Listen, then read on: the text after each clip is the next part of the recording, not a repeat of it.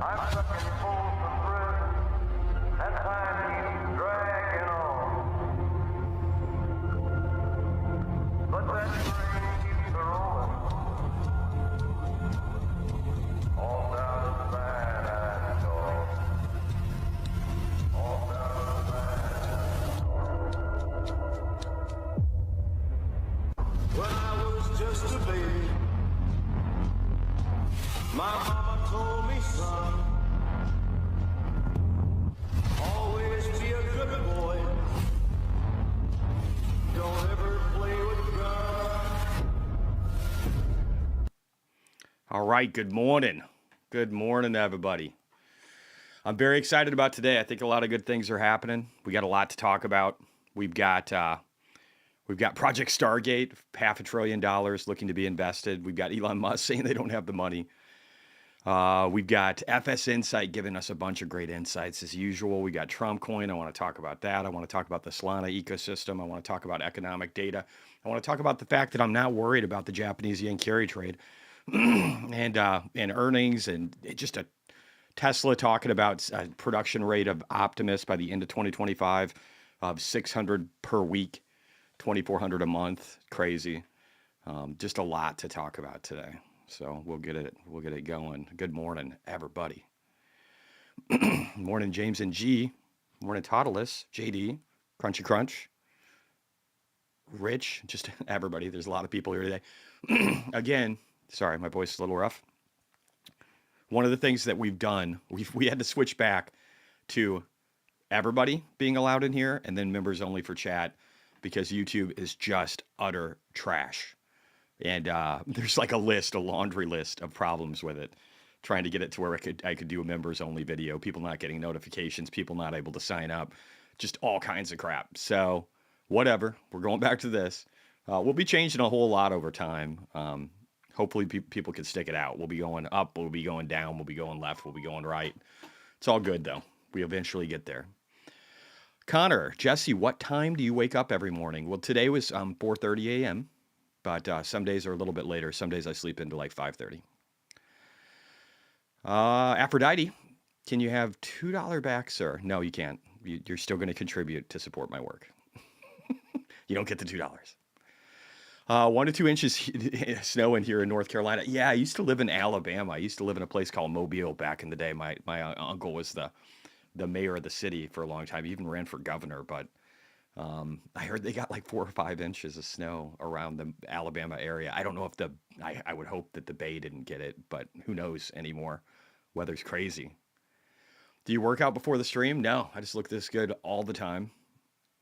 I'm kidding. But no, I do work out a little bit before, a little bit after. I usually go to the gym right after. So I got Rob Group and his wife. They're helping. They're my nutritionists and my workout professionals that are, whatever the terminology is, that are making me a lot healthier of a person. So they keep me going every day. Morning, Adam. All right, let's get to it. I need to get that honey in my coffee today. All right, let's just get to U.S. economic data. So again, fear index, fear and greed, 42. I think this is beautiful. Somebody was referencing the fact that the crypto fear and greed index was in extreme greed. I think that's bullshit. I think that index has been broken for a long time. I do not care what it has to say. So we will not be focused on that. What I do love, though, is I love these volume. If you look in the very bottom right corner, I love these volume shelves that we've been look at this, just like step up this one, step up this one. And we had our highest close, Bitcoin daily close in history yesterday. And now we're stepping up the next one. I don't think that's a bad thing. And again, I'm not going to give you all of Fundstrat and Tom Lee's work. It's not the right thing to do, but I will talk to it, and I do look at it every day. And so I pay $250 a month to be able to pass some of this information on to you guys. So again, I think the $2 or $5, or if people are paying, $11 all in after we lower the Discord by $1 here in another week down to $4. If you're paying $11 a month for me, I think you're getting a pretty good deal. So I don't want to hear people complain about it. So here, FS Insight said that ISM Manufacturing Index had its longest streak below 50. That's contraction territory. Above 50 is expansion. Below 50 is contraction for the economy, right? Since 1948, the longest streak since 1948. Okay, 75 fucking years ago. Over 76, right? So, what are the odds that we see the strongest bounce out of this with real Donald Trump in office? And then I put Tom Lee's referral link because he's the man. I don't trust Sam Altman either. I think that's why Elon Musk is shitting on him and Project Stargate. But we'll get more into that in a second. I also wanted to say the Canadian dollar, again, this is Fundstrat information, so I'm going to give them full credit for it. This chart isn't, but it's something that they did display. And so, again, I want to give them full credit for it. It says the Canadian dollar and Mexican peso have fallen against the dollar. This shows that people were betting on more pain from tariffs and then realized they overplayed their hand. And this is kind of my own words in regard to it. For the record, we talked about this in the market open over and over again. Does anybody remember that? Trump's tariffs will not be the problem. People will have made them out to be. Note these insights come from Tom Lee and Fundstrat. Sign up. If you got the money, man, it's worth it. If you're a baller, $250 a month is not a lot for you.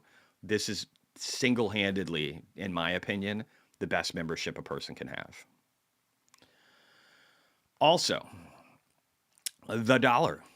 We talked about this. We said the dollar is probably going to drop. Again, people overplaying their hand, betting on tariffs being problematic, a narrative that is not factual but works for a while. We know all about those, don't we? And I said, hey, starting to drop. We were over $1.10. And now we're down to $1.07. Oh, interesting. And then I said, who could have possibly foreseen this? If we just look at, oh, that didn't work too well. If we just look at the 2016 trend with Donald Trump when he became the president, and then look what happened into January. It's like, who could have foreseen this? How could we ever have figured this out? Shocking. All right, Numdotton says lots of snow. Good Jacko voice. Now you get to sled more and have fun. Yeah, for the kids who never get to play in the snow being down south is very, very nice for them. Gemini Knight, I got humbled by the market again yesterday. DXY and 10-year yield down, and yet Bitcoin miners sold off. Yeah, that'll happen. It's a temporary thing. We'll be talking about Bitcoin in a second. I'll be telling you why Bitcoin miners are good heading into Q1 and Q2. I've been saying that for a while, but it's there. And again, I was humbled yesterday too for like a minute. And I was down like 340 or 350, 400,000 or whatever in my portfolio. I think I ended up flat on the day. And then my Trump coin trade ended up at one point giving me $40,000 in 24 hours. And I think that's getting ready to break out too. I'll just flip it down in the bottom right corner. I think we're getting ready to consolidate and break up. Now, it could go either way. Shit can happen. There could be news, pulls it down. But I think it's an easy trip to 109. That's a no-brainer to me. And I make a lot of money off that trip. And I think it's going a lot higher. And I'll give reasons why. But over here, so U.S. economy, I said bear markets usually don't have record strong breadth. So Subu Trade said record strong breadth. Unless the S&P falls this afternoon, it did not. Today will be the sixth consecutive day that more than 2/3 of the S&P advanced. First time this has happened in 30 plus years. I should follow this guy. Why don't I follow you, Subu? We're going to add you, bro. Yeah, so record market breadth. You know what they say about that? Run away, give up on markets and run away because there's always something to be afraid of, right? I said, I guess companies that don't think their shares are overvalued with buybacks at record levels, and I should have said near, at is probably not the right term to use. But again, since 2022, we've been sitting at the very highest of percentiles. I mean, going all the way back to 2010, 2013 was near this. It might be just a hair lower. It's hard to see from the graph. But really, we've been rocking. 2019, 2022, 2023, 2024, 2025. They're still buying them back. I think they're signaling that. Alex Garcia, it's probably time to increase exposure on chips. Maybe. I mean, the $500 billion Stargate thing sounds cool. Maybe. And then I put in here, I'm not worried about the Bank of Japan raising rates tonight because, and they're supposed to do it tonight, right? Like that's the decision. Should be happening, I believe, at like 4:30 or 5:30. Hey, thank you for signing up, my friend. I appreciate that. I appreciate people that appreciate the work I do. I try to work hard for you guys. Anyway, so let me see. It is tonight, right? Or is it tomorrow? Am I tripping? Balance of trade, foreign bond investment. Oh, maybe it is tomorrow. Is it tomorrow? Bank rate decision. It is tomorrow. Well, fuck. Whatever. I make mistakes. I'm human. Anyway, the point still applies. So Mike had put out here. I should follow Mike too. Jeez, I gotta follow the people that give me good information. So, little tiny account. We should give Mike some love. The yen carry trade for equities is dead. Pretty clear from the CFTC data that yen shorts peaked in July, followed by massive deleveraging. You can see just a huge amount, right? Huge amount of deleveraging. Although many people will probably forewarn you about a round number 2 when they hike next week. And again, this is a little bit older, so it's going to be tomorrow. And again, I'm not worried about it. I've looked at that and other data points. This is the easiest one I could find for a post. So I'm feeling good. I'm feeling good. All right. So that's that. That's that. We got people here this morning, 658 people. If you could hit the likes, greatly appreciate you. Greatly appreciate you. Looks like the TLT market did all right yesterday, up almost 1%. Could be marking a bottom. Could be marking a bottom in TLT. SoFi at 30. There's a lot of good looking stocks this morning, man. Here, let me real quickly. Let me just bring this over. And then we'll switch it to that pre-market love. Again, it's a little delayed. It's just how TradingView works. We've got people still beating up on Tesla. I've been told, people, that it wasn't about the Nazi salute that Tesla was down so much yesterday. It's about the possibility in the future of the $7,500 tax credit going away. So that's what you're supposed to fear. So make sure you fear it, guys. Make sure you fear it. NVIDIA, up 3% today. AVGO. Yeah, it looks like chips are doing all right. Let's just dial in here. So ARM doesn't hate the news, right? Up 6%. AMD's up 1%. I sold some AMD yesterday. I don't regret it. I bought really great stuff with it. I bought a bunch of Bitcoin related stuff, and I bought Tesla calls. So I got no problem with that. I might buy more Tesla calls today. I'm not lying. That might happen again. But MU's up, ARM's up, AMD's up, Dell's up, VRT. There's a lot of stuff. Marvell's up. There's a lot of stuff rocketing today. NVIDIA really feeling the love, which is great because I get dividends on that. So I love that. We love that kind of stuff. What are your thoughts on Netflix? I don't watch it as much as I used to. It's a streaming service. I don't really pay much attention outside of that. I don't care, really. Do you guys care about Netflix? I mean, I know it's in the news. I know we chase things that popped up in the news from the day ago. The forward piece, 36. They're growing. They're getting rid of the subscriber numbers, right? They're just going to show you the incomes and stuff like that. I mean, it's a good company. It's probably one of the better streaming services. That's about all I got. I'm not probably going to follow it or care much.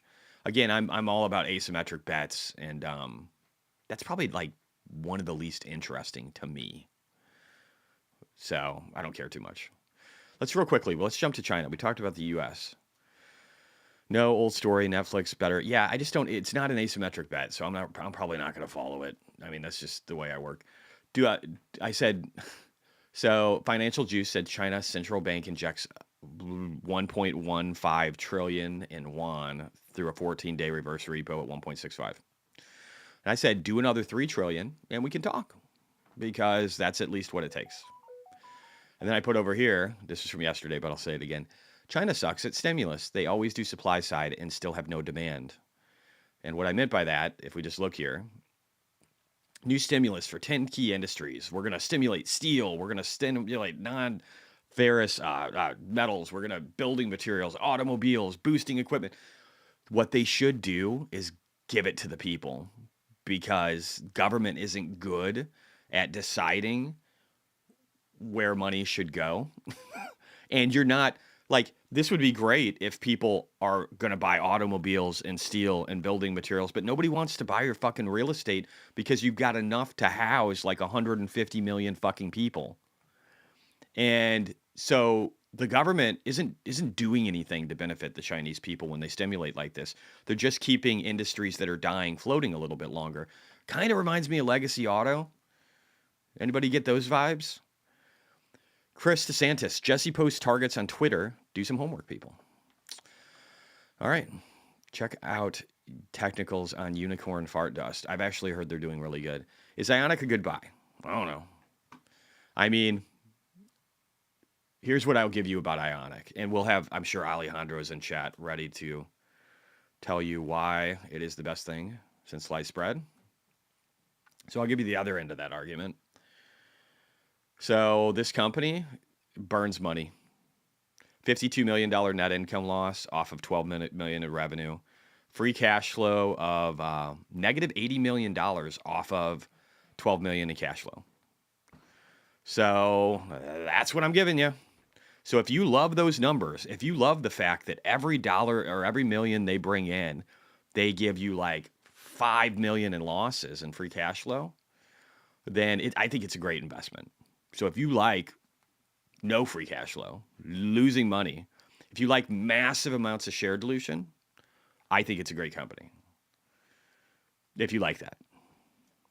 Might be sarcasm. Unlock real estate like sarcasm. This is good. All right. So anyway, China still sucks. But I do love the fact that China is bending a knee to the United States. Also, Russia, Vladimir Putin and Xi met yesterday. Ooh, we got something. Wait a second. Oh, no, this is just about yeah, never mind. I thought there was a news event where Trump was speaking, but it's just in regard to the Stargate program. Anyway, Xi and Putin met yesterday, and they even made kind of a public statement saying that they're going to work with Trump, and they want to work with Trump. And it's because Russia's collapsing economically. Even Putin said that like a week ago. I had a video. I don't even know if I posted it. I probably should have. But it was where Putin literally is telling his people that there's too much social unrest and that their economy is dealing with inflation that's almost double digits, and they've got some very real problems they need to fix. So he wants out of the war. It's a 3-year war that was supposed to be 3 days. Just want to be clear. So he wants out. Xi needs help because he's going to either lose control or need to start a war and lose control of his country. So I do think these are good things. I think what's been happening is good. I still think TikTok might get banned 3 months from now, but I would rather have Trump be the person who's trying to save it and look good with all the Gen Zers than have him look like the bad guy. I want them to think he's the good guy. I think that's the way it should be. JD says presidents even sleep at night. Do they sleep? They don't really. I mean, Trump probably gets 5-6 hours a night. So, Rokana speaking. Sometimes he's interesting to listen to. One sec. We're going to jump to Rokana. I want to hear what he has to say. Out of all the Democrats in the world, he is probably one of the, least atrocious. He's a good dude. Most of the time. Some of the time. I can't say most. Some of the time. Saying to somebody is buy it. Let's see what we got here. And give half to the United States of America, half, and we'll give you the permit. Hey. You'll have a great partner, the United States. Guys, if you could, hit the like button if you think this show is way better than me, Kevin. Okay? Hit the like button, please. And also, feel free to go on X, where I have the YouTube video posted, and talk about how awesome this is. Because that's a 17.5x multiplier over here somewhere. Where am I? Where is it? Son of a gun. Let me find it. I'll put it at the top, okay? I'll put it at the top. I'll make the shit easy for you. As soon as I find it. There's Ross Ulbricht free. Trump said he would do that. He did it. So that's how it works, guys. That's what's coming. When Trump says he's going to do something, he does it like the majority of the time. Whether you like it or not, he does it. And so if you're betting against him not doing a strategic reserve because he created his own shit coin, I don't know that that's a good bet. And I actually am getting really excited about that shit coin. But that's another conversation for another day. Well, actually today. We're going to have it today. That was President Trump's yesterday speaking about TikTok. That service briefly went dark in the United States over the weekend before being restored. President Trump now says that he would be open. And Trump deliberately let that go dark so that he could come back hours later and save them. He is a man of theatrics.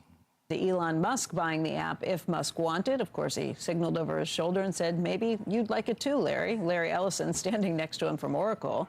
Joining us right now on this story and much more is Democratic Congressman Ro Khanna of California. His district is in the heart of Silicon Valley. In fact, on Monday, the congressman co-introduced the Repeal the TikTok Ban Act. And Congressman, thank you for being with us this morning. Let's talk about this. This act that you introduced was along with Rand Paul, the senator from Kentucky.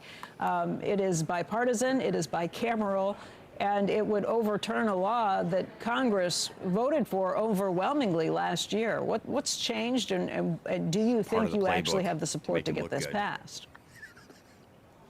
Well, millions of Americans spoke out when TikTok was going dark, saying this is our livelihoods. I talked to a mom of 4 kids who was broke and relies on the app to make $60,000. This is why I like Ro Khanna, because even though he knows that supporting TikTok sticking around is kind of supporting Trump right now, since he's the person who saved it, he still says what he believes is true. And I got to say this, I've actually, my views on TikTok have changed.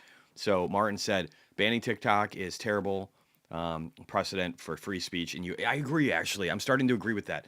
I do think that it's an incredible double standard that China doesn't allow X or Facebook or any of our companies into their, walled garden. But again, they're a communist regime, right? We kind of expect that. I don't think we should be preventing companies from being here. I do think for national security, we should make sure that they're not doing too much bad. And I do think that they're trying to influence with TikTok. I actually do agree with that.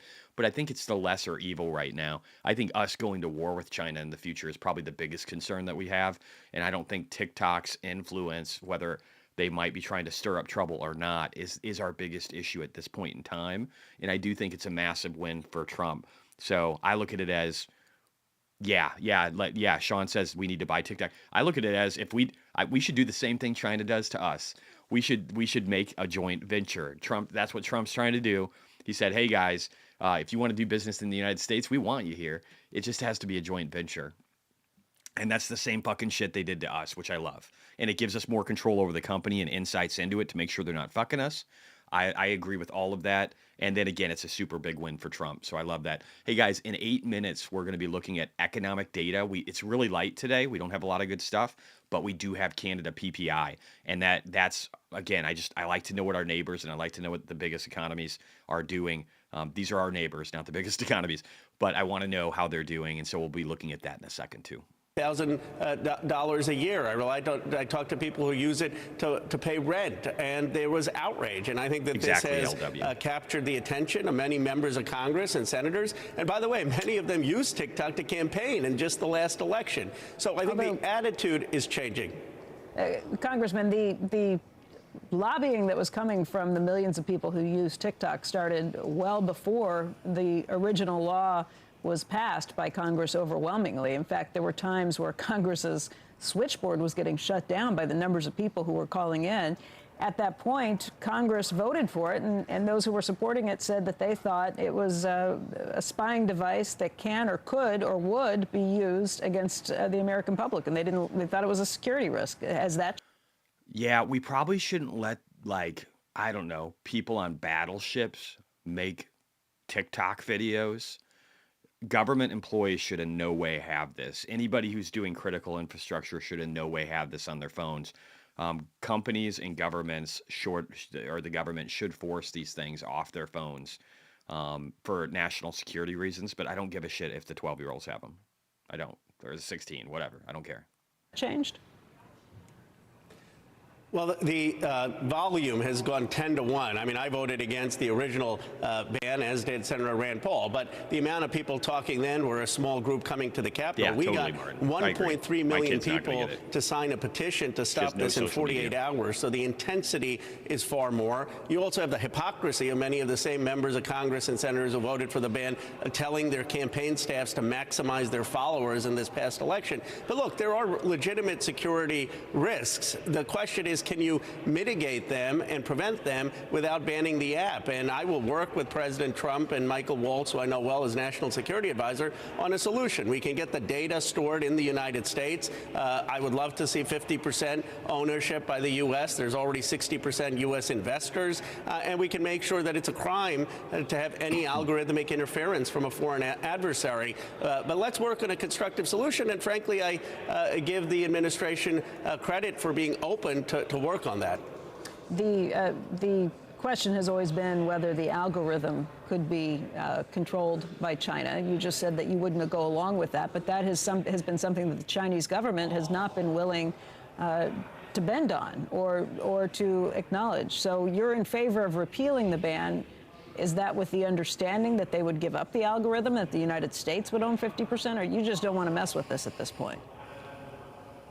Well, I would want to have some safeguards. Yeah. I think the ban was overbroad, but I think we would need at least a law saying that the U.S. executives of TikTok will be held liable, civilly and criminally, if there's any evidence that they're colluding with the Chinese Communist Party to tinker with the algorithms. And you can pass that law. Now, if those executives then face a choice where the Chinese Communist Party tells them to change something, then they would be in violation of the U.S. law, and they'd have to face the consequences. But my problem with the ban was it was overbroad. There was no evidence actually that this was happening in any systematic way. It was a hypothetical, and why not try to resolve it like we're hopefully going to do in the next 75 days?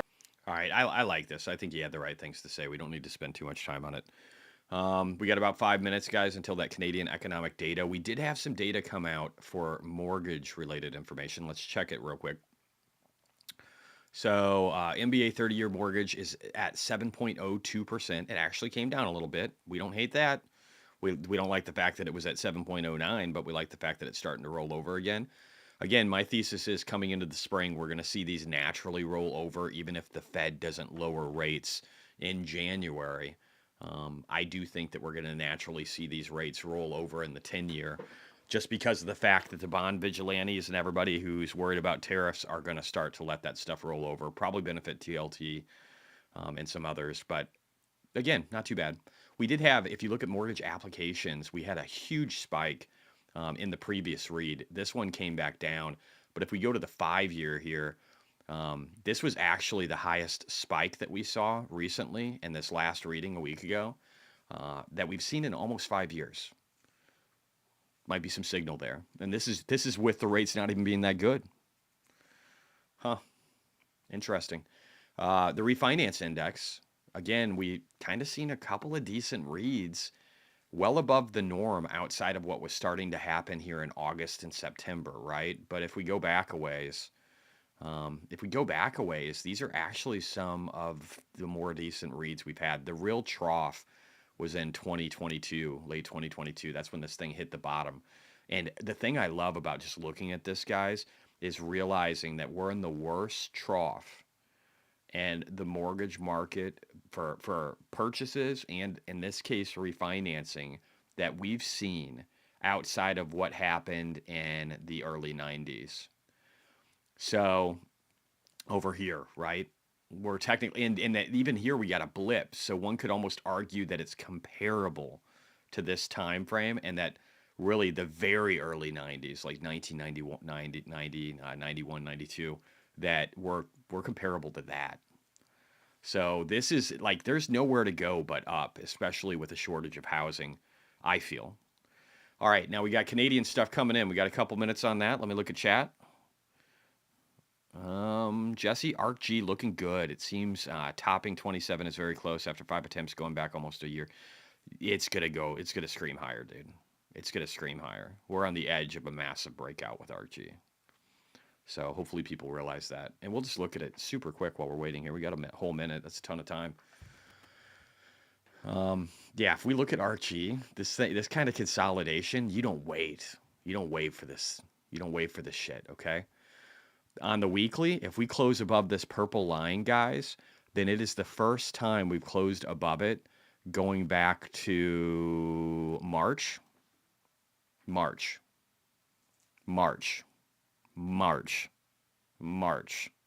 That's a long time ago.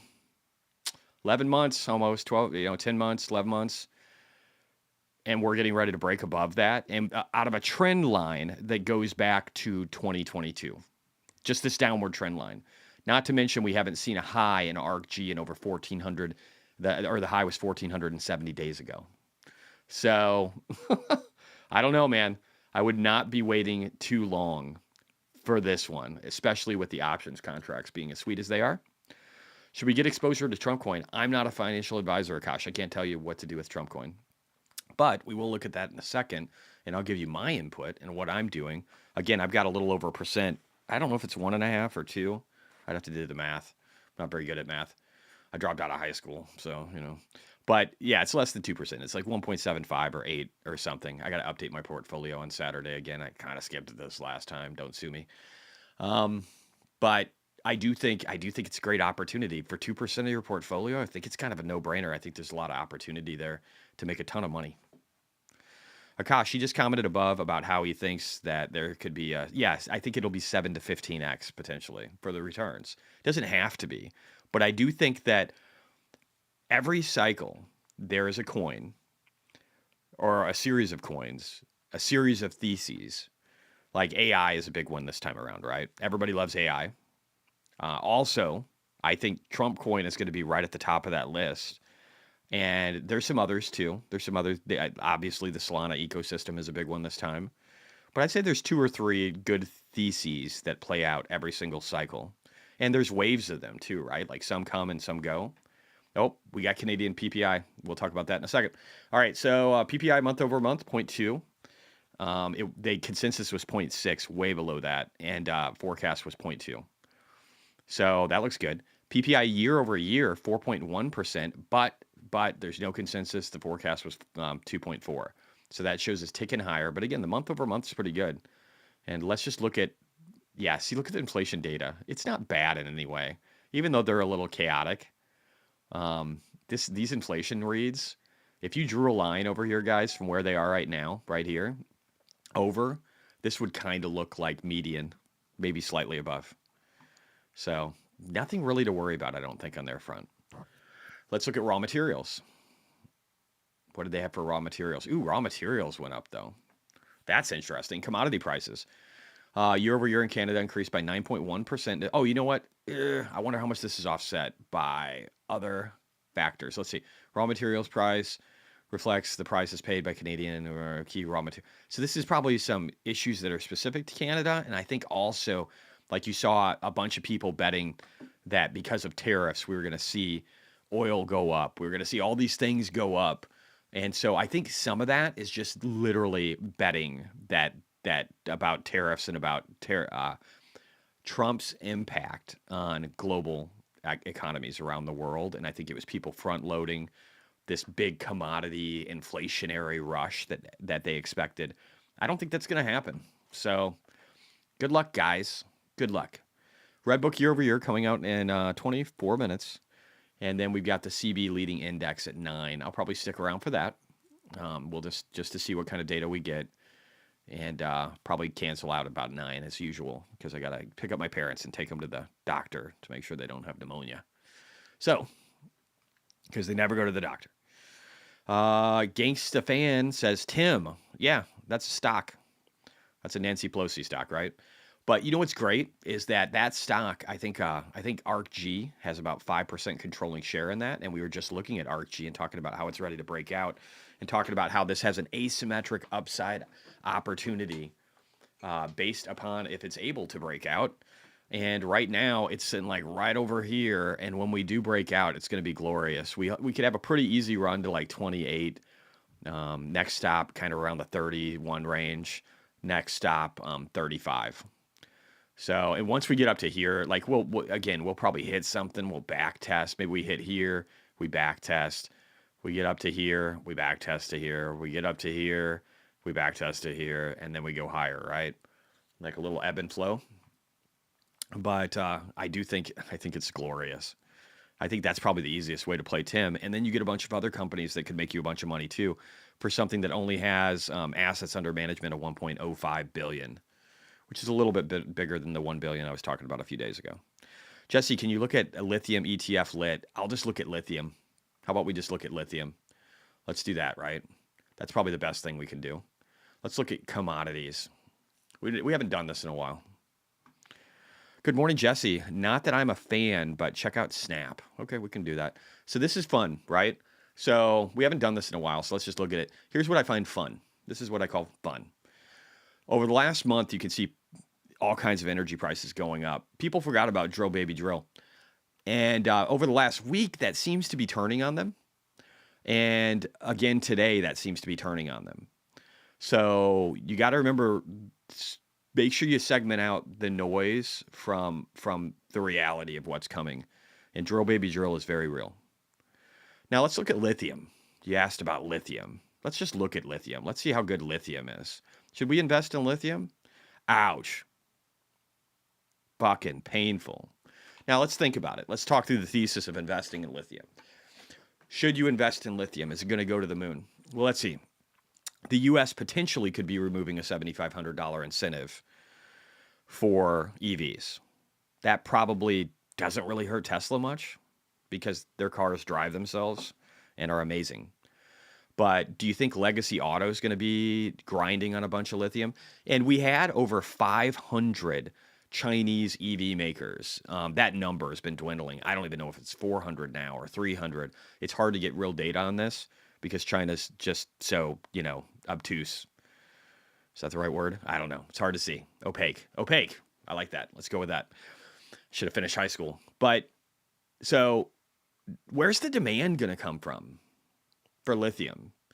If the Chinese automakers are dying, if we have an abundance of lithium, and China's going to try and still just pump as much as they can because they just need their economy to be okay.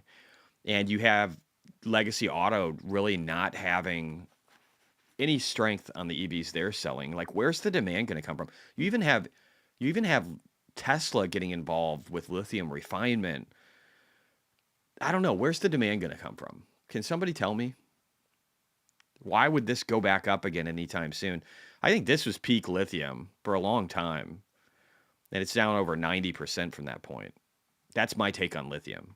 But while we're here, let's just look at other stuff, right? So we got energy going down today. We got gold, platinum all going down today. Let's see how we're doing on other stuff. Let's see how it's looked over the last month. Let's go to year. Agriculture, cocoa.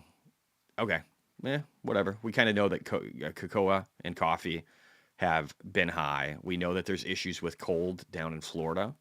That's not going to help orange juice prices. So some of this stuff we kind of get. But again, you can also say, though, that it is inflated. But I do believe that these are coming down. And if you look at the last month, you can see how some of it is, right? And barley and tea, it's the time to buy barley and tea. But you can see, again, it's kind of a mixed bag. It's still stronger for agricultural standpoint, I'll say this. It's still stronger on price appreciation than going down. But I do believe that'll change.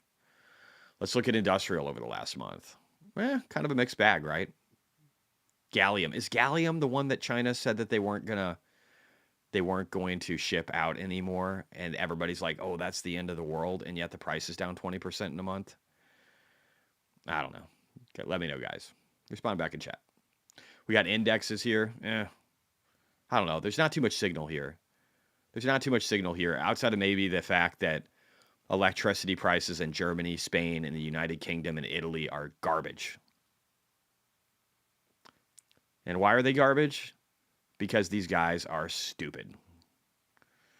Not the people that live there, just the government. And again, we saw what happened after the Russian invasion. We came back down to normalcy. Still kind of ticking up, though. Not a great place to be, right? Because when we would go back previously, you can see how energy prices in 2020, look at these guys. Look at these. 2019, we were down here. So if you just look conservatively at Germany's prices, they're double what they were before the pandemic. That's just fucking mismanagement and stupidity. CRML is gallium mining in Greenland. Hint, Trump. Love it. Yeah, so that actually will hurt the price of gallium, right? And it's one of the reasons why we're going to invade Greenland. No, I'm kidding. We're not going to. We're just going to buy them. We're just going to buy them. I shouldn't say that. Not that anybody listens to me. All right. So again, United Kingdom, same thing, right? Before the pandemic, we're paying like 50. Now we're paying 102. So Europe has succeeded at just sucking at energy. Now, out of all of them, I'd say France is probably one of the better ones. They did a good job. They had that huge spike, but at least they didn't shut down their fucking nuclear reactors like a bunch of retards. So 56, 58 before the pandemic, they were, oh, if I can get over here. Before the pandemic, they were like at 52, yeah, 50-ish, right? So now they're at like 68. This is not bad. So they've done much better, right? It's amazing how much better you are if you're not fucking stupid. So it's funny how that works. All right, let's get over here. We're going to look at some more bookmarks here, kind of rock and roll through stuff. I appreciate you guys spending time with me this morning. All right, let's look down through here. MicroStrategy. Somebody asked about that. Let's just talk through that real quick. Spiritual Combat said MicroStrategy shares increase means Saylor is back to selling. Wouldn't we seem thing as December where Saylor sells to keep NAV down? Maybe time to get out of MS. All right, that's like, yeah, I don't know what you're talking about. So here's the deal. So every time Michael Saylor takes out convertible bonds or issues stock or preferred shares or whatever he's doing, he is giving you more Bitcoin per share. And if you think that's a bad thing, then you probably shouldn't invest in MicroStrategy, and I wouldn't invest in Bitcoin.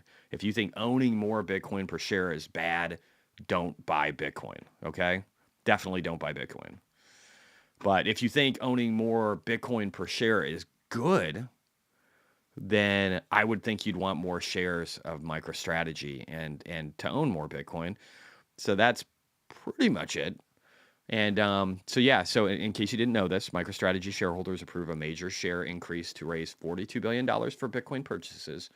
So MicroStrategy is doing a really... So guys, if you're looking at it, they're not even leveraged to 25% yet. There are companies that go bankrupt that are sitting on like 120% leverage. Okay, so 25%, not even 20, like maybe they're around 20% right now.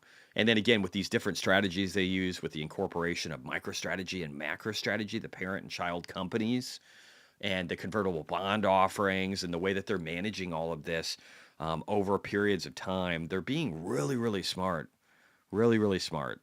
And so again, I wouldn't worry about it personally. I'll just buy more. And I definitely wouldn't get out of MicroStrategy for this reason. Personally, I'm not going to. And again, like I don't want to pull up MSTX. I'll just pull up MSTR because I don't like to look at the underlying asset, right? But I do want to say this. If we look over here, and again, we're not above the peak volume. We're not above this fib level. So we could see some kind of rejection, maybe get down here to 360. We kind of already did that, but we could have another sweep down. I do like this, though. I mean, this is a pretty solid bounce. And we did close the gap on the daily right over here, right? We closed that. That's good, too. So I think we're still going to see strength. But if we do see some kind of drop down, it's going to be short-lived, in my opinion. And why am I so optimistic about this? I mean, we already saw a 47% drop, and I've done this, right? 43% drop. We saw 47, 49% drop. 40% drop, 35% drop, 39% drop. You know what all these had in common going all the way back to the end of 2022? You bought them every time. So why is this fucking time different? You guys tell me, is Bitcoin dead? Did Bitcoin die this last week? I'm going to say no. If or when MicroStrategy hit the ATM, how might that affect a 3x CTP? I don't know. A lot of the times, short term, it's negative. It's seen as negative.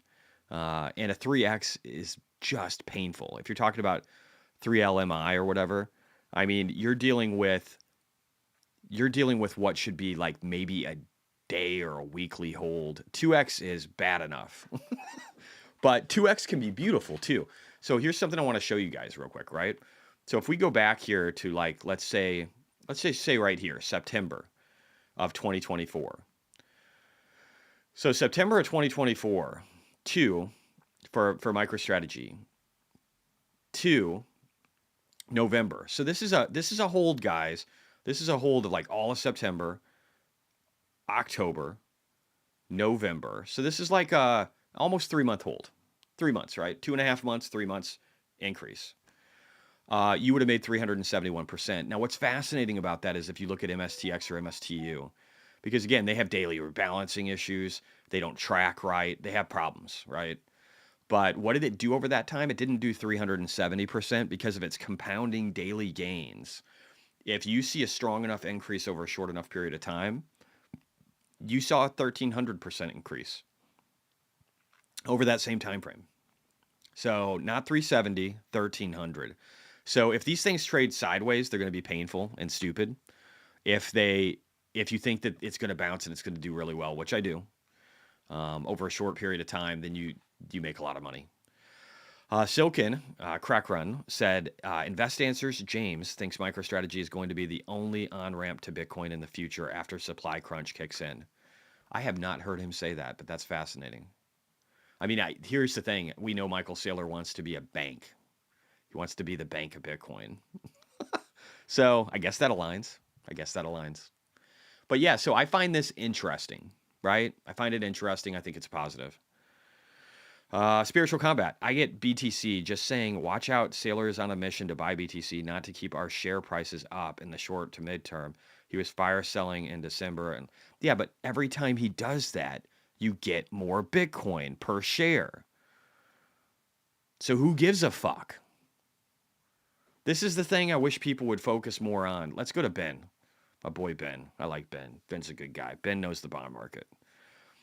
Let's see here. All right. So this is how much. So September 30th, right? Let's talk about September 30th. So we did convertible bonds. We did share offerings. We did all this dilution that should normally fuck you, right? But here's how much Bitcoin we got per share. In September, we had 0.00107 Bitcoin per share. Now we have 0.0016. And this is with diluted shares. So this is actually a hell of an increase. It's that the only downside with MicroStrategy is the fact it's running at a premium. And you want to be out. Like I'm probably going to be out. I'll be out of MSTX by 150 Bitcoin for sure. And I'll probably be dialing out massive amounts of Bitcoin at 150 to 180. Okay? I probably will. God, I can feel the ground shaking. We got people building next to us. Because you don't want that NAV premium to fuck you. And if you go back historically, you'll see this. You'll see that MicroStrategy actually peaked before the miners in the last cycle. And so I think it'll do that again. I think there's rhyme and reason to that. So you want to sell into strength with MicroStrategy and MSTX. That's my take. But for now, I think it's still let's ride. At least through Q1, Q2. Jesse, if I remember correctly, you put 50K onto Sol. Will you be selling at the top? I mean, I doubt it. I rarely sell at the top. It's hard to really time the top perfectly. I do have a decent amount in Sol, and I think I put probably closer to 100K in Sol, but I do have a decent amount of it right now. I have 205,000 in it right now. So if I just jump over here, Solana 205,000. I've been staking it too, and I've made probably 6,000 or 7,000 off of staking. So I do own a decent amount of that. I also have my Robinhood account, which I got my gold card, my gold card. I'm so fucking excited. Oh my God. Oh my God. So excited about that, guys. But I got my Robinhood account, my little Robinhood account, and that's just all Trump coin. That's just Trump. But I'm only up $23,000 in 30 hours, guys. So pray for me on that one. It's been rough. Okay, it's been a real rough time. I would love a conversation with you and Jeff Puntet. Oh yeah, he's one of the MSTR guys, dude. He's cool. I like Ben too, from Irresponsibly Long MSTR. He has a decent analysis on MicroStrategy. He is the emit of palette. Yeah, I can see that. Alexander Hill, Saylor just posted last week, MSTR achieved a BTC gain of 6,120, reflecting a 1.36 BTC yield on our 450,000 base at our 105,000 divided by Bitcoin or BTC. This translates to 642.6 million in value generated. Any thoughts on GME? Ryan Cohen, a big Trump guy, thinking maybe they make a move with the cash. I don't. There's so many better things in my opinion than GME. I could see them doing that though, and if they did something where they bought like some Trump coin or buy Bitcoin. I mean, I think that would boost their stock immensely. Whereas now, I think it's just going to die.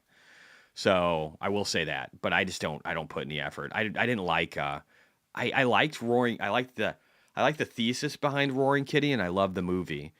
The thing I didn't like is Roaring Kitty seems to be like a one-hit wonder, and that I don't love. He doesn't seem to he doesn't focus on like the economy and macroeconomics and the financials of companies, and like he figured out the short trade, but I haven't really seen. I don't know. I don't dig a lot of those type trades.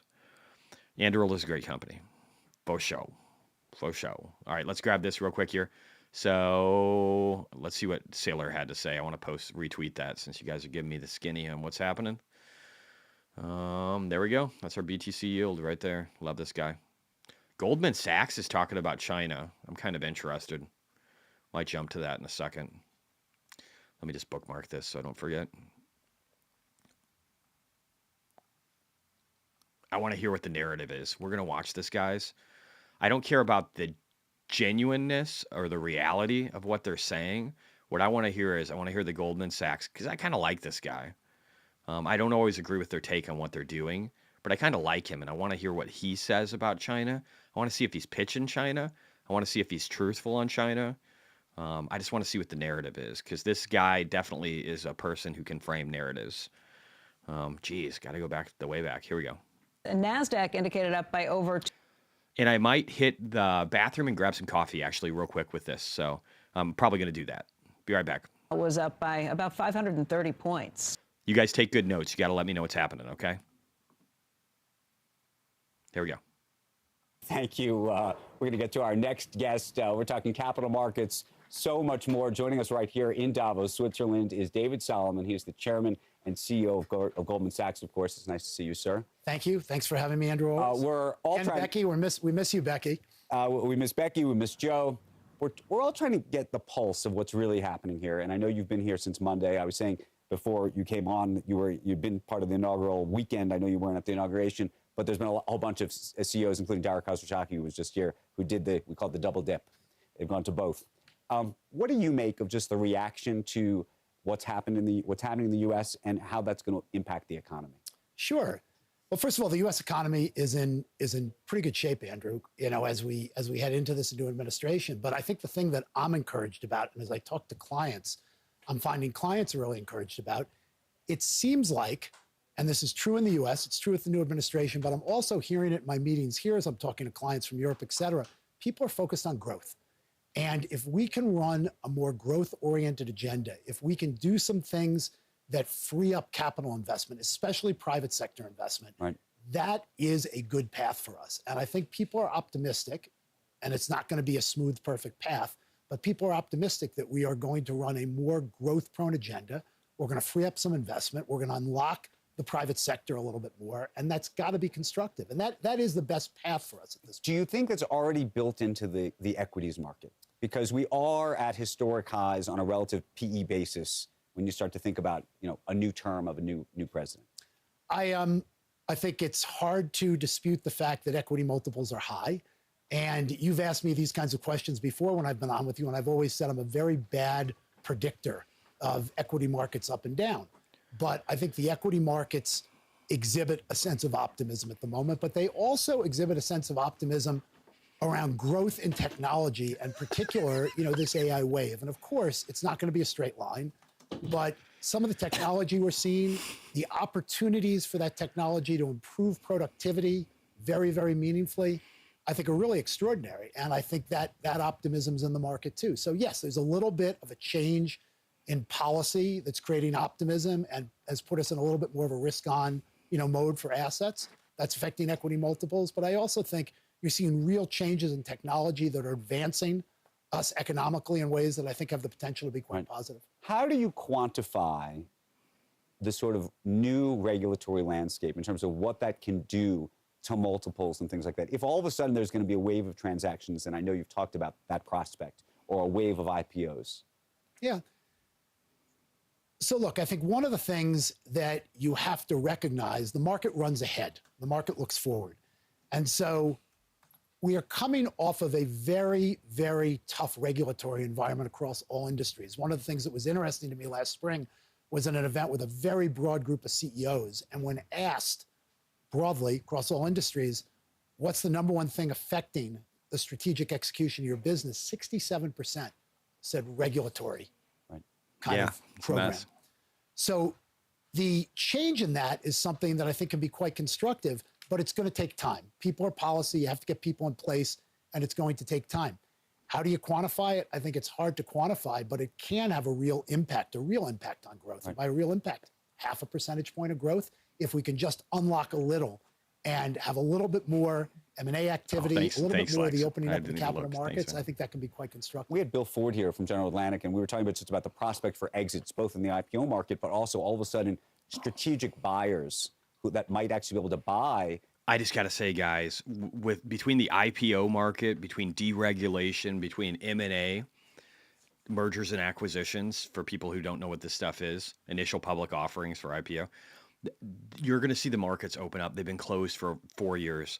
You're going to see the markets explode higher. And even before that, they've really been closed for longer than 4 years, because at the end of Trump's presidency, we have COVID, right? So that was just a tough time for people to do business. There were, I mean, don't get me, actually, now that I think about it, there were a ton of IPOs, but a decent amount of them sucked. The ones like SoFi and others were great, but that's going to all just explode open. We haven't seen that for years, and it's going to be an amazing time as companies consolidate and as the IPO markets open up, as venture capital opens up. You're going to see money flowing everywhere. This is the melt up time, guys. This isn't the, oh shit, the world is falling apart time. This is the melt up time. Some of these. Also, in regard to some of these metrics, guys, one of the best NAVs out there is Mara. I hate to say that because I used to fight with Crypto Klepto all the time, but we've kind of become friends now, even though we took turns blocking each other. And I think we both kind of realized we're aligned a lot in our thought processes.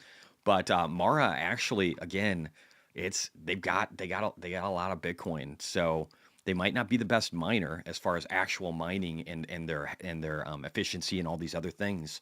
But he's been smart to accumulate some debt in order to be able to buy a bunch of Bitcoin.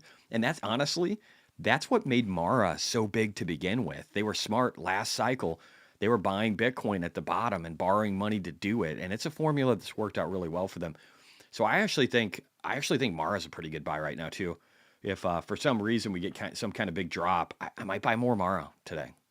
Assets that are owned by private equity that have been sort of traded among private equity firms for the last decade, but with no real exit out. Are you already hearing about deals like that? There's no question that the private equity venture community has been on the sidelines for the last couple of years. And I would say from what we see inside the organization, the activity levels, kind of the lineup of things that people want to bring to market should allow us to see a meaningfully increased pace of deal activity in 2025. You know, I've talked a lot, Andrew, about the fact that equity volumes and IPO volumes in particular have won well below 10-year averages. Alexander. My expectation in 2025, we'll get back to 10-year averages and do better. Tariffs. We were also talking to Jamie Dimon. Mary Erdos was talking about they've created a war room, apparently, at JP Morgan to look at all of these executive orders that Trump is putting out to try to assess what they mean for clients, tariffs, of course, being one of them. How do you even advise? I love that they have a war room to try and figure out all the tariffs. I mean, this is the thing. You just overwhelm people.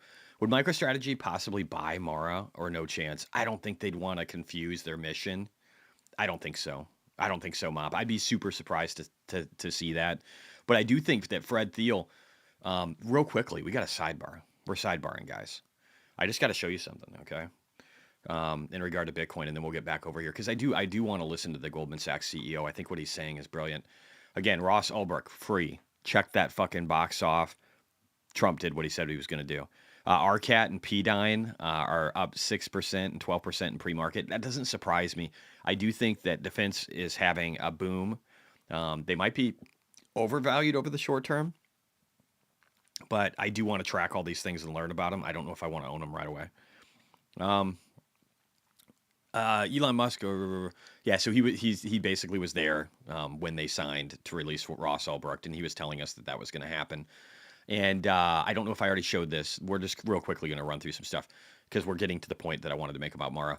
Hash price hits the highest price target. Oh, I don't want to go into the actual fucking article. Screw that. Too much work. Okay, here we go. Hash price hits the highest price level in over a month, a bullish signal for BTC miners. So all we're looking at here is that the price per hash is actually looking better for the first time in a while. Again, I've been saying this, but when Bitcoin had a consolidation for 7 months, that was brutal for miners because they were all competing against each other and the rest of the world with an ever-growing hash rate, which means they get paid less while the price of Bitcoin remains flat. It's brutal. You own miners in that, prepare to get fucked, right? That's what happened. But now, this last quarter, the price of Bitcoin was 50% higher. And what about at the end of Q1 if Bitcoin's 125 or 150? What does Q2 look like when you've went from the 60,000s to 150,000 in Bitcoin's price and the hash rate difficulty has only went up so much? It's going to be a lot fucking better. The mechanics are going to look beautiful. Analysts who don't know shit about mining are all of a sudden going to have opinions, and they'll start raising price targets because they'll be like, oh my God, look at how profitable these guys are. It's so amazing. We should put down. And again, even JP Morgan is assigning a higher multiple to companies that hold Bitcoin. So I think CleanSpark and Mara are going to do quite well. But I do think that a company like Iron with this whole HPC play might do all right too. Out of the HPCs, I feel like that one's the best. That's the only reason I own it. But again, I think that stuff's good. And again, what did Trump do? Gary's out, Ross Ulbricht's free, and then again, launched a shitcoin. Maybe people don't love that. I think it's good. I think it's good. And we'll talk about it more in a bit. But I think Strategic Bitcoin Reserve, I think that's brewing. And again, right here, Bitcoin miner, Mara Holdings CEO Fred Thiel says they're focusing on bringing the Strategic Bitcoin Reserve, aka the SBR, to all 50 states and the federal government. These guys are working hard to make this stuff happen at the state and federal level. I wouldn't discount that. EC gave $10. Thank you so much, sir. Good morning. Are you going to hit any of the players in Stargate this morning, like Oracle and ARM? We can look at their stock. Totally. Yeah, we can look at them. I love Larry Ellison from Oracle. I think is brilliant. And I love that guy. And it looks like ARM. We looked at this a little bit earlier, but I would make the argument that ARM is probably doing pretty good this morning. I don't know if it still is. Let's hop over here real quick. Oh, yeah, 5.23%. So it ain't hating today. It ain't hating it. It looks like Cisco's flat on the morning, though. Again, they're going to be a big player in it. I don't know if they'll immediately benefit financially from it, but I do think I love Larry Ellison. He was talking. You know what he was talking about yesterday, guys? You know what he was talking about? He was talking about how with this new infrastructure bill, Elon says there's only 10 billion secured. I don't know if that's bitterness or if he just hates Sam Altman, or if it's the truth. But I can tell you this. I listened to Sandar, or who's the CEO of Microsoft? Help me out, guys. I listened to him this morning in Davos talking about how I don't know. I can't guarantee the rest of the money is there, but he said we're in for 80 billion. So I don't know. I think Elon really does not like Satya. Thank you. I was going to say Sandar, but that's Google. Thank you very much, guys. Satya Nadella, if I can say it right. But he said he's in for 80 billion. So I don't know, man. I feel like things are okay. Micron gets no love, but they supply for the memory. I think they'll get love. It's just different narratives at different times, right? So I still own Micron, and I think it's going to do all right. If there's anything I get rid of next, maybe it's SMCI, but I don't know. We'll see. I think there's a lot of negativity on that one, and I think it could pop. I don't know. There's a lot to see. But again, Bitcoin, I just wanted to say, guys, and I keep on having to post this, Bitcoin during the bull market, and I think it was, I think recently here, this was my boy Tom Lee posting something like this, but he said Bitcoin sees the largest moves of the year over the course of 10 days during a bull market. That's not a lot of time. So if you want to time Bitcoin during a bull market, guys, fuck, you got like you got a 1 in 50 fucking chance if you're jumping out of shit all the time, probably worse, of getting it right. So you do you. I feel these like big heavy machines shaking my desk. It's awesome. But you do you. I'm going to be patient during times like this, okay? I'm going to be patient. Was shocked to see Sam Altman at the press conference. Thought Elon would have put the kibosh on it. I think it's smart that Trump is not bringing Elon in to stuff like that, because we don't want people coming in and saying like, oh, it's all Elon getting favors. You don't want that, right? Hey, thank you for the 250 in euros, my friend. Giacomo from Italy. I appreciate you. But again, stay in. That's my best advice. And again, my buddy Caleb, I don't talk to him much anymore, but he said Bitcoin just had its highest daily close ever today, right now, highest ever. Nobody cares. I mean, they should, but nobody cares. And again, Cynthia Loomis discussed creating a strategic reserve with Eric Trump at the Capitol yesterday. Bloomberg, Stephen Dennis. Nobody cares. Hester Pierce. I love you, Hester. You are the coolest, nerdiest fucking SEC commissioner we've ever had. You should be running the SEC. But I love her. Huge Bitcoin advocate. Just said, Justin, pro-Bitcoin SEC Commissioner Hester Pierce, to lead new task force to create clear regulatory framework for crypto assets. This woman has been preaching this shit back since Jay Clayton, all through Gary Gensler, and now she's getting her opportunity to create it. This is what it's like when you go against the tide and you're right and you push forward. SMCI up close to 9 to 10% in the last 2 days. Yeah, that's cool. Bitcoin typically sees most of the... Oh, yeah. And Investomaniac put this up too. So I put it in there. Utah looking to do the stuff. Strategic reserve. Again, these are just all good. So let's go back. Let's listen to our CEO from Goldman Sachs finish up his dialogue on what he thinks is happening in the economy and with China. Advise a multinational business today Sam Altman sucks. About the tariff issue. So it's complex, and it depends, where they sit and where they are. And I think one of the things that we all... I don't like Sam Altman, man. I just think he's a creepy, evil dude. I don't like anybody who says that they don't even have insurance and they don't collect a paycheck and they're in it for the philanthropy. And then fast forward 2 years later, they're driving a $3+ million Bugatti and looking for their $1 billion payout from something that was a nonprofit that Elon Musk put one of the largest amounts of capital towards. And then all of a sudden they're flipping it to a for-profit business, and the whole point of the business was to create it and ensure that they're following ethics and that they're trying to do the right stuff with AI and that they're not pushing us towards destruction with it. And then Sam Altman goes the complete fucking reverse of that and is like balls to the walls. Dude, let's make this thing smarter than anybody else. And if it blows up the fucking world, who cares? I don't like somebody who can be like that. I also don't like the relationship with his sister. It's weird. There's something going on there. I don't trust Sam. I don't think he's a good person. He seems like the Antichrist, if there was one. So, not a huge fan. The best thing about Hester Pierce interviews is that 80% of the time is the interviewer speaking because she has such clarity of intentions that her answers are super sharp. I agree. Justin says, Jesse, are you going to touch on Trump? Yes, we will. Let's finish this, though, and then we can jump over there. All have to recognize is that this is going to be fluid. And so I think for a lot of CEOs that we're talking to today, they've been thinking about these things for a number of years. This is not new, on the agenda of policy discussion. Oh, yeah, dude. The question is, sorry, I got to jump back to the spiritual combat said, don't forget WorldCoin with retina scanning in Africa. Yeah, dude, WorldCoin is where they're trying to get basically everybody scanned in to this new system. That's also tied with the World Economic Forum, the International Monetary Fund for financial contributions. Nobody wants Sam's milk. Yes, Kyle. That milk is probably fucking nasty.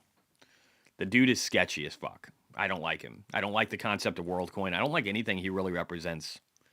It's 1982 in real life. I agree. Is how quickly and where. And, I think it's uncertain.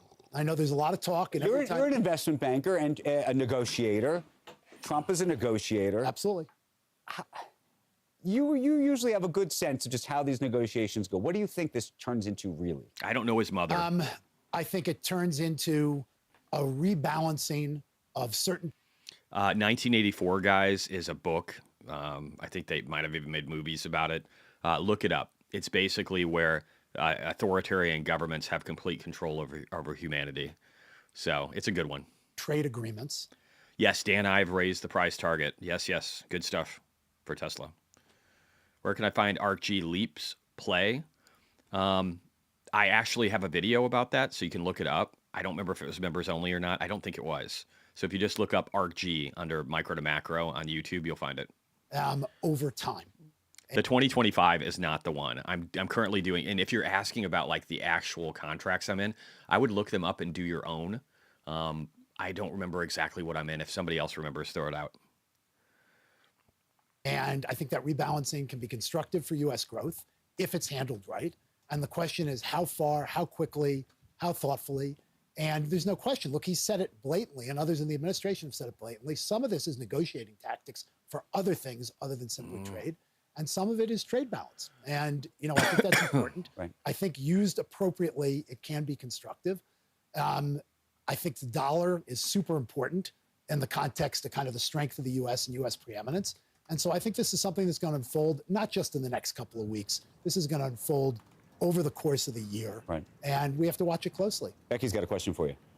Hey, David, yesterday we had Peter Navarro on and had a long conversation about these tariffs. And I think a lot of business leaders look at this and think this is the art of the negotiation to a certain extent. But if you talk to Peter Navarro or if you talk to Stan Druckenmiller, who we spoke with earlier in the week, they are counting on some revenue potentially coming out of this. And those revenues are going to be pay-fors to not only extend the 2017 tax cuts, but perhaps enhance and offer other things. President Trump made a number of promises on the campaign trail about no taxes for tips, any number of other areas that they would like to pare back the tax. All right, I'm gonna cut it on this. Let's talk about Trump coin a little bit more too. I do like what he had to say, but they're just kind of droning into all the different executive orders that he's put into place, and I don't know if there's much going on there. Kraken Exchange making a big push to onboard Sol. Coinbase, Coinbase, by mocking Coinbase online. Coinbase is looking to do it too. So literally, if we look over here, I don't even know if I have the post in front of me, but Coinbase has been pushing for that exact same thing. They want to up their game on Solana. And I think that both of those things are beautiful. I think having a fight of companies looking to, and you know what, maybe I got it over here. Let me check my altcoin stuff real quick. Having a fight between companies. Nobody's talking about Melania. Yeah, no, that's not going anywhere. I wouldn't even talk about it. But yeah, look here. Coinbase CEO Brian Armstrong says it's clear we need to step up our game on Solana, scale our infrastructure, and provide native support for common uses, use cases like DEX meme coin trading. So I love that they're all fighting over this. I love that Solana's stablecoin market hit 10 billion for the first time ever yesterday, surging 69% in the past week. I think Solana is great, man. I think it's wonderful, and I think so. I also, guys, FS Insight. I don't even know if I covered all this. Let me go back here. So we covered the tariffs and the dollar stuff.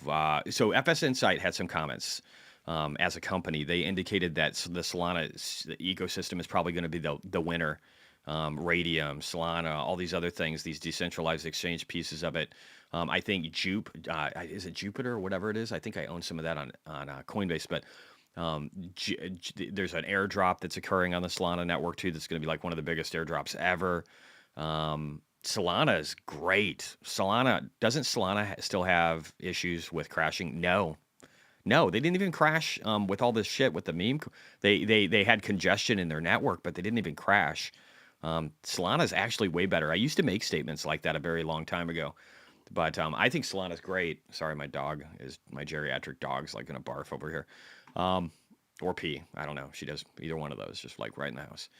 Anyway, Trump coin. I want to jump to that real quick because again, this was on the Solana network, and I think people are discounting this a lot, and I want to talk through the thesis of it, okay? So first off, just from a technical standpoint, people are like, oh my God, are you charting this on an hour time frame? Yes, I fucking am.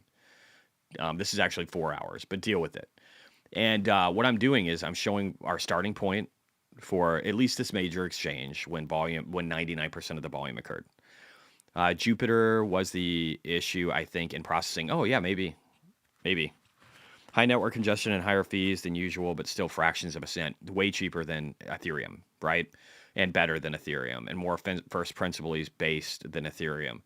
But I think what we're going to see, and we're grinding right along here right now in Trump coin. If we look down in the bottom right, I'll just pull it up while we're talking about it. It is going down, and maybe it drops down first. It could. It totally could. It could backtest. Shit can happen. But what I think is going to happen ultimately is I think we're going to break out higher. And I think that I'm looking at a minimum this cycle of us getting close to $300 and a 544% increase. And when I say that, there's math behind it, man. Let me do this. I'll show you this real quick. So again, I've talked about how there's these meme coins that just skyrocket and they're loved, right? They're loved. And I think that Trump coin is going to be one of those. It's only up 7%. It's definitely not getting the AI coin love. And it's an $8 billion market cap. But what I find interesting about this is let's compare it to some of the other big guys that are just great tickers like XRP. Isn't XRP great? It's the banker's coin. What's not to love? $182 billion market cap. Trump 8, XRP 182. Wow. I think that could do good, right? That's like we could get a 22x and just hit what XRP is. And I still think XRP could double. Doesn't have to, but 360 billion. That would be a 45x if Trump got up to that size, right? We got Ethereum, we got Solana. Maybe it doesn't get up to that. Maybe it's just a shit coin like Doge, right? Doge is still sitting at 53 billion. So that is roughly 7x higher than Trump coin is right now. And I think Doge could go a lot higher. Doge could go a lot higher than what it is right now. Maybe at 3x's from where it is right now.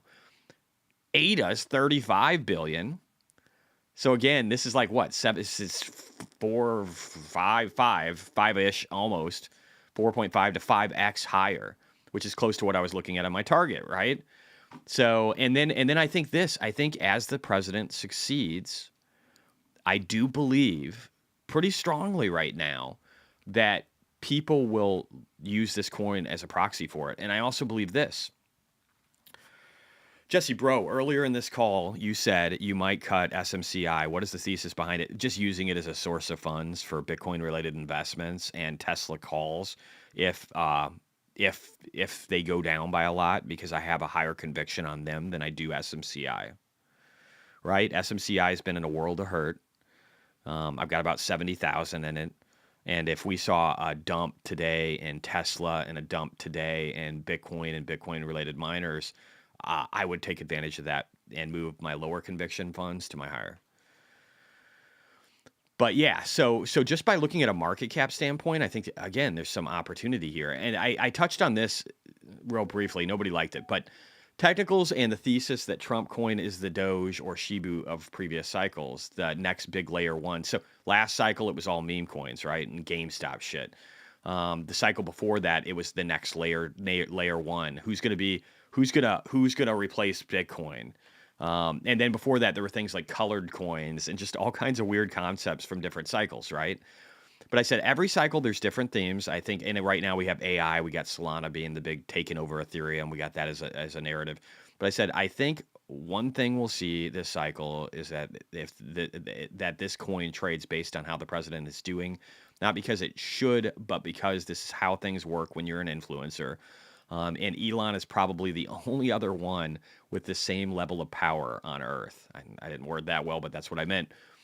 And so I'm just saying that if you look at all the pumps in the previous, like Elon pumped Doge, right? Why? Because he has influence. Ethereum got pumped just because of Vitalik, and people were very interested, and it was a narrative, but there was a symbol behind it, right? Vitalik, Buterin. Bitcoin pumped because it didn't have somebody behind it, but it had a mad amount of influencers that were talking about it. And so all these times there's like reference to influence and power and control pushing it higher. What happens if you add some stupid utility into this where like the top, 20% of holders are randomly selected for a trip to Mar-a-Lago and a stay, or that you can get reduced tickets for some events that they're doing if you own a certain amount. Like, he could do anything with this, guys. If he does anything with it at all, it'll go up, I think, by a lot. That's my thesis. Could be wrong, but that's why I have a little over 1% in this, right? Is a asymmetric upside. If it goes to zero, which I highly doubt, at least during the bull, then, I don't give a shit, right? Asymmetric bets, different directions. Riconaut said, I wish YouTube allowed me to thumbs up a comment rather than respond. Thanks for the insight. You're welcome. ETH pumped on use case for NFTs. Yeah. There's always something like that, right? Everybody was buying the NFTs, and they're trash right now, but boy, did they fly. Boy, did they fly. It doesn't have to make sense for you to make you a lot of money. And I think this one makes a lot more sense than a lot of the previous ones. Anyway, my dad's messaging me. Pick one to go to Dylan's car. We'll have time to get to our vehicle. Okay. All right. What about the remaining 80% of supply unlocked for Trump? Yeah, they're going to start unlocking more supply in March. It's true. But you show me a shitcoin that doesn't unlock supply. Just show me one. And it doesn't mean he's going to dump right on people right away. If he's smart, he'll sell very small amounts. He'll let some of the unlocks occur, and he'll sell very small amounts out. And then when people realize that there's not a big dump coming, I think they'll buy into it. Personally, that's what I'm thinking. Could be wrong. Again, it's an asymmetric bet, guys. It's an asymmetric bet. If I'm right at about 5 to 15x, it doesn't matter if I lose 1.5% of my money. Yeah, sometimes the most stupid things make you a lot of money. I would argue that with with quantum computing right now. I think quantum computing right now is stupid, and that 90% of them are going to zero. But that doesn't keep people from making a bunch of money in them, right? Doesn't have to make sense to make you a lot of money. Just has to be a strong narrative. And if you're playing with 1 or 2% of your portfolio, what does it hurt? I don't know. All right, let's see. 819. We might actually call this even earlier today, guys. I am going to try and roll through this, though, and we will look at tickers. I owe some people some of that. So let me just jump. We're going to jump to Tesla. We're going to jump through the news-related events really quick here, and then we'll keep going. So for anybody who missed it, again, I kind of retweeted this as you guys gave it to me, but Dan Ives raised this price target from 515 to 550 as we have growing confidence in the demand delivery story for 2025, along with the fast-tracking autonomous future. Under the Trump administration, we view this as a golden era for Musk and Tesla in 2025, and really the entire United States. And then Nick Cruz just posted, like, look at this. I mean, how can you just be bearish this, okay? How can you be bearish this? This is super old. But how can you be bearish optimist at 600 a week by the end of the year? How can you be bearish the autonomy story? How can you be bearish if they have to split $100 million or $100 million with some other group for their Tesla semis and their factories? How can you be bearish about the Cybercab or the Cybervan? How can you be bearish about the new Model 3, the new Model Y, the Cybertruck, the energy division? How can you be bearish any of this? I can't be.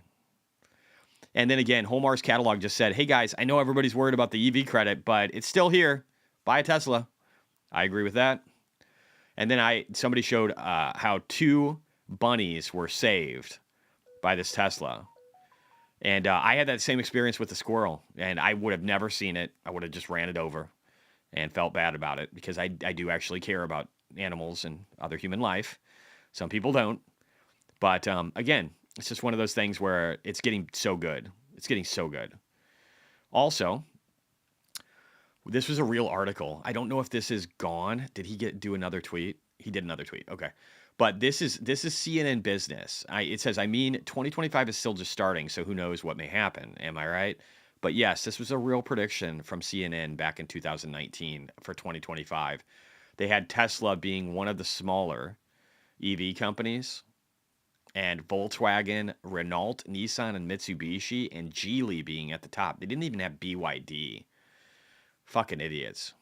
So remember, you can only get so much information from your business, from these business apps. And Holmar's catalog, every day you'll see dirty tricks and lies to smear Elon Musk and the administration. Without X, it would go unchecked. In case anybody does not realize this, Elon is not Hitler. And again, that 600 Optimus robot per week by the end of this year. I love it. And this is what they were guiding to their suppliers for guidance. And this is a post that came from Chris Zing. And I think he's based out of China. Creative content creator, team player, I love kindness, CTO. And possible yet, but only if deployed exclusively within Tesla. Not likely Tesla can quickly onboard and train that many bots for external commercial use. Chris Camillo. Okay. Yeah, no, they wouldn't be. It would be for exclusive for Tesla. They're going to try and do as much in-house as possible because that's what makes the most sense. If you have a problem in-house, you can convey that information quickly to the team. They can do an iteration of a new robot, see if it eliminates the problem. Then you can test it out. This is iteration and first principles at its finest. And I do agree with Chris on this statement. He's not a dumb guy. I should make sure I'm following him. Yeah, I am. Okay. All right. He's a pretty smart guy. He's the only person I know of that has like a better track record than me, and it's longer. Well, I mean, mine would be better if I'd been doing this an extra 5 years. But he made it through, 2008. Or actually, has he been doing it 11, 12? I don't know. He's been doing it for a long time, and he's done really well. And he's the kind of investor that just kind of looks at the reality of the world around him, and I dig that. I dig that kind of investing. Tesla secures $87 million in Megapack factory battery contract in Belgium. That was on the 18th. This is the Tesla Cybercab is a Trojan horse. I agree with AJ. If you guys haven't seen this, I'm going to retweet this. Watch this video. It's very interesting. First off, there is a steering wheel in the Cybercab. But watch the video. I don't want to give too many spoilers. Check it out. It's worth it. Biden coin would pump a Trump coin. Yeah, it would. Would do so good. And then you could get like bonuses at hotels where you sleep. Something tied with sleep and dementia. You could get like good deals. When you go to the hospital to get checked out for dementia, they give you like a 30% discount because you hold Biden coin. Unlock real estate. Jesse Bro, your Tesla call, June 2026, 3:30 is in the money. Are you planning to buy stocks later? Yeah, so people ask me about this. I don't know if they understand the concept of in the money and out of the money, but it's essentially when you buy options contract, you're buying a target price that you're hoping it exceeds. It needs to go above it for you to be able to make money. Otherwise, you don't even make anything. So you're hoping for that first and foremost, but you're also buying time. So when you buy a leap, you're buying a contract for time. So when I'm buying these leaps, I'm not looking to hold them till the end. I'm just looking for the potentially 2x multiplier that I get to the upside. And I know it's in the money. I don't want to go too far out of the money because I'm kind of worried with June 2026 and global liquidity coming to an end per Michael Howell and a bunch of other smart people by the end of this year, and then having to refinance $8 trillion in government debt that is currently would be at an unsustainable high interest rate. And we need to see that coming down. And I think it's going to, but there's risk, right? There's risk. Bell in 4.5 minutes. Thank you, Satri. And so I don't want to go too far out of the money, but I do want to give myself a little bit of a multiplier. So I picked something that's still really close to the target. And I did that after it dropped a lot because I sold near the top out of 1.5 million or something. I don't even know, 1.7. I had millions in leaps. And I sold a shit ton of it and converted back to stock. And then as Bitcoin's been or Tesla's been dropping, I've been converting that back into the Tesla leaps that I had previously for that 2x multiplier. So that's kind of the thought process behind it. Okay. Stevie G, did anyone see that video of an engineer's perspective on Elon's post-Hitler Heil showing the angle less than 135 degrees? No. What the fuck? All right. Anyway, so I think there's just a lot of really great stuff coming for Tesla, guys. I encourage you to focus on the people that are really telling you the truth about Tesla. Again, James shows this one all the time. This is his work. I will not take credit for it, but it shows, and BYD is not much different than this. It shows free cash flow history of pure EV makers. Now, BYD isn't in this because, like, I don't know, a third to half of what they produce is not EVs. So this is just crazy. Ross Ulbricht has 430 Bitcoin on Coinbase untouched for 13 years. Cool. Well deserved, man. That's the ultimate hodl right there. He had no choice. It's worked out. But yeah, so if you look here, there's just nobody. Everybody's bleeding money. Everybody's bleeding money. And yet Tesla is different. So remember that. I think that's it. And again, I did this post. I just said here that, hey, we back tested the trend line on Tesla. And on the same day, we got above the fib. And then the next day we bounced off of that and we got above the 50 moving average and peak volumes over here. And I think this is bullish. This morning we're starting off down 1.7. Doesn't mean we can't test down, but I think ultimately it will just turn into a bull flag and then go higher and test back up to 440 and then 460 and then ultimate target on the golden retracement zone of the 485. We could even take a dip here. It would almost be perfect to have a cup and then a little handle and then head off to the moon towards our $600 target. That's my take on Tesla. All right. Trump, did we go over Trump? we have another. Oh yeah, so we got this stupid bitch talking about transgenderism, trying to call out Trump. Trump had something to say about that. He said the so-called bishop who spoke at the National Prayer Service on Tuesday morning was a radical left hardline Trump hater. She brought her church world she brought her church into the world of politics in a very ungracious way. She was nasty in tone and not compelling or smart. She failed to mention the large number of illegal immigrants that came into our country and killed people. Many were deposited from jails and mental institutions. It's a giant crime wave that is taking place in the USA. Apart from her inappropriate statements, the service was very boring and uninspiring. I love him. She is not very good at her job. She and her church owe the public an apology. Fucking love it. Love it. I don't know how he got in that situation, but I love it. Let's see what else we have here. AOC, Musk did a Nazi salute. I love that. So here's AOC crying when she found out that we were going to help support Israel with the Iron Dome because she hates Jews so much. So I think that's just a wonderful statement for her to say that he's Hitler. They seem to not care that Hitler actually murdered and committed genocide on Jews. They just take that part out. They still get all the hate of hating the Jews, and then at the same time they can call people on the right Hitler. It's fascinating. It's hard to get to the logic, but if you work really hard and you're borderline retarded, you can get there. Lex Williams.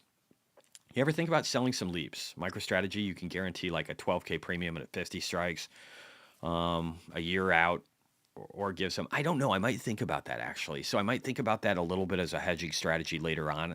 I've been thinking about good ways, maybe unconventional ways, maybe ways that aren't populated by a bunch of other traders when I think we cycle top. And I want to get ahead of that sword. So I've been thinking more and more about stuff like that. So I like the way you're thinking, Lex. I do. Cowboy State, thank you for joining, my friend. Thank you. Last thing, my ass. She's not good at her job. Dude, Trump's awesome. Oh, bell. Ding, ding, ding, ding, ding, ding, ding, ding. Let me get the ding, ding up. Forgot my ding, ding. All right, 1 second, guys. We're going to go back. Oh, I fucked it up. There we go. Here we go. He did not. If you go back over the councils that were disbanded post-Charlottesville, what you would see are a lot of traditional industrialists and drug companies. These were the people who were not drawn to by Elon Musk. Elon Musk has changed the equation. Now, by the way, there's a lot of talk now about where is Elon? Where is Elon in terms of having people in powerful positions, say in the Defense Corps? He doesn't seem to have them.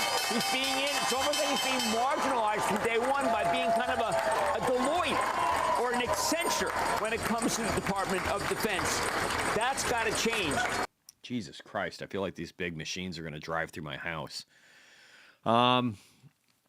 Almira says, Jesse, I know you spoke earlier about exiting MSTX, but MSTR is something you hold long-term because they're Bitcoin holding, or do you sell? No, I'm still selling to the top. I was talking earlier about how MicroStrategy got crushed. MicroStrategy usually peaks, or at least historically has peaked, before the miners. The miners run kind of as a second tier. So, well, I mean, Bitcoin's the primary tier, and then MicroStrategy is like a secondary, and then miners are like a tertiary. So, I personally will not be holding MicroStrategy all the way through. I don't think that thesis holds up. I think people that think that thesis is going to hold up are going to be sucked down by a falling premium. So no, I don't plan on doing that. I will hold like maybe an IBIT or something like that for further upside. There's that forbidden word, retarded again. Such a useful, appropriate term nowadays. I use it all the time. And if somebody is retarded, I apologize. I don't actually mean it offensively towards people that have Down syndrome. I just use it to make fun of other people. So I don't mean anything by that. So I apologize. I'm old school. Came from a different world where retarded was like saying hello. Okay? All right. Let's keep going here. We're going to go over here. I never stopped using it either. I had the most awkward fucking conversation in my life, and you think I would have learned something from it, but I never did. So I worked with this guy. I want to say his name was Nate or something. I don't know. But it was a little embarrassing. So I worked with him for a long time, and I used to just use the word retarded like every day, right? And then like a year later, he goes, Jesse, you use that word all the time. He's like, do you do that for a reason? And I was like, No, I just say retarded a lot. It's like what I do. He's like, oh, okay. He goes, oh, okay, I get it now. He goes, I thought you were talking about my brother. And I'm like, shut the fuck up. Quit fucking with me, bro. And he goes, no, I thought you were talking about my brother.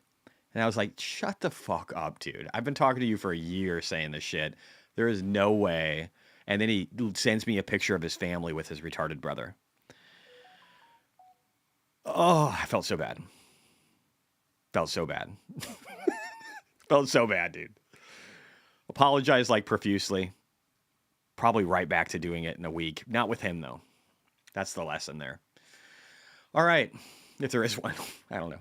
Super Micro up a little bit. It looks like, I don't know, things are kind of meandering today.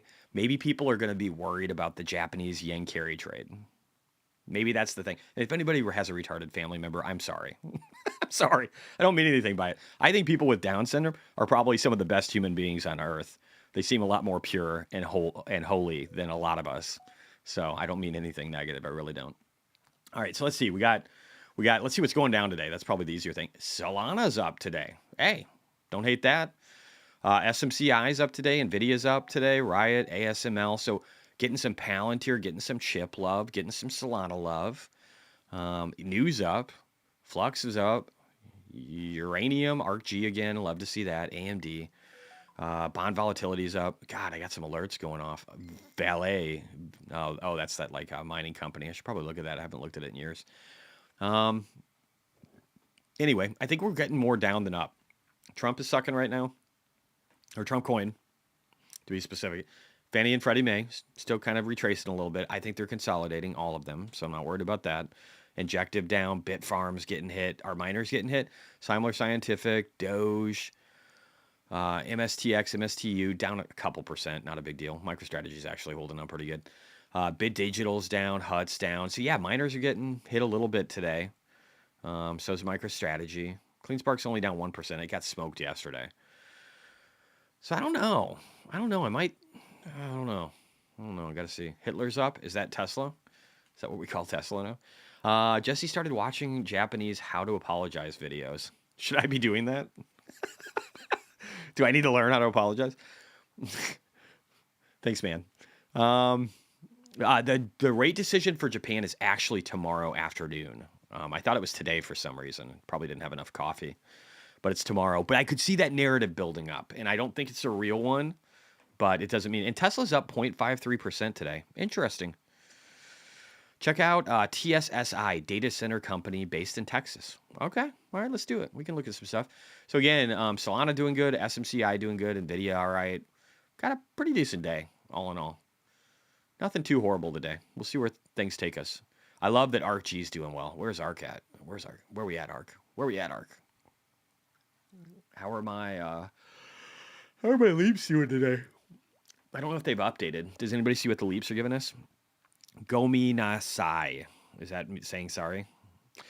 All right, let's get to it, though. We were going to look at TSSI before I get too distracted.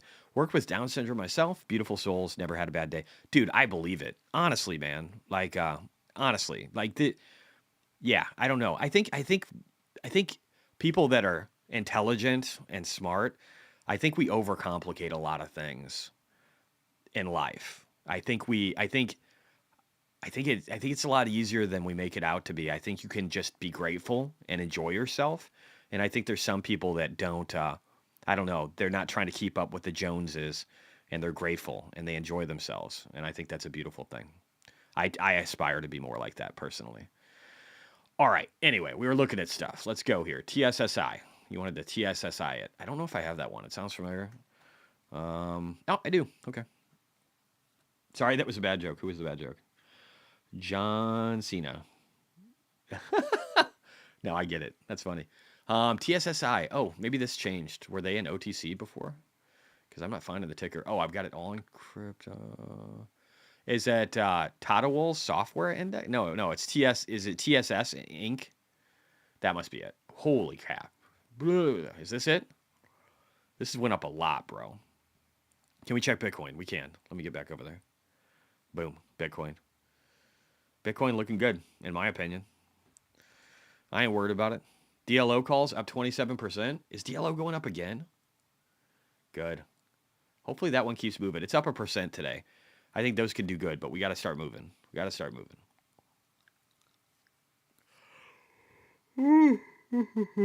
Pretty financial. Dude, you're so right. Him going to the football game and hanging with the DS folks with Hammered while Hammered was incredible. Who are we talking about?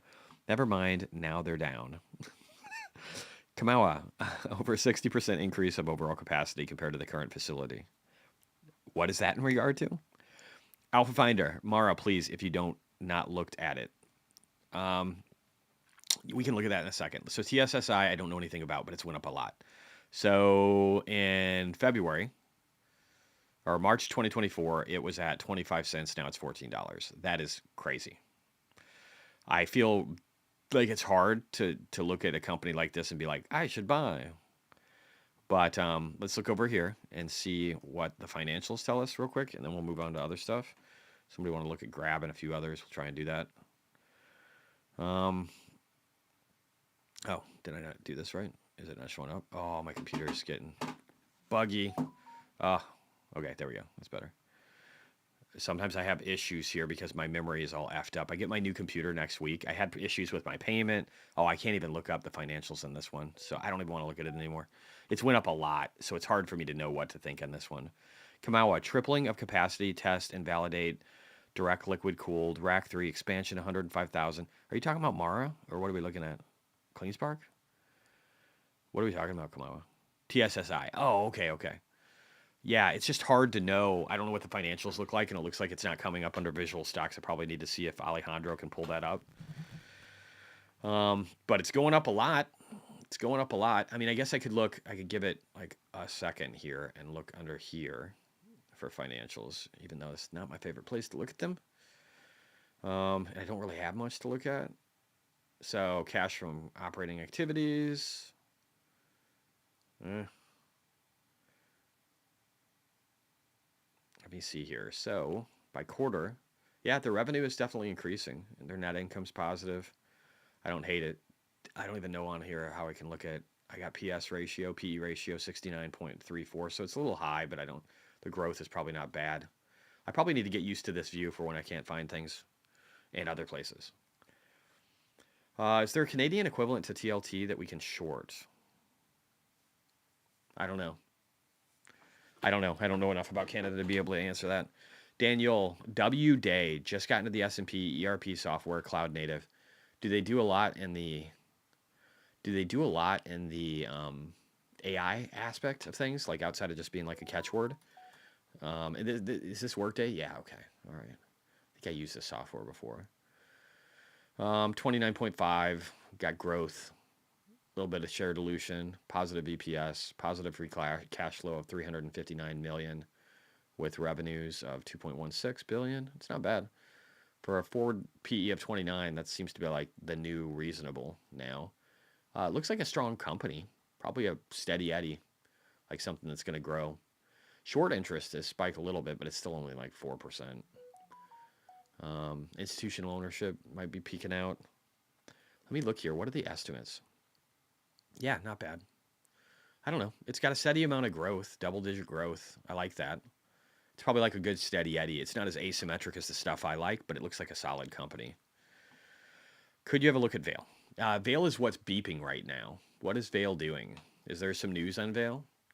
That's one of the things I was getting notified of.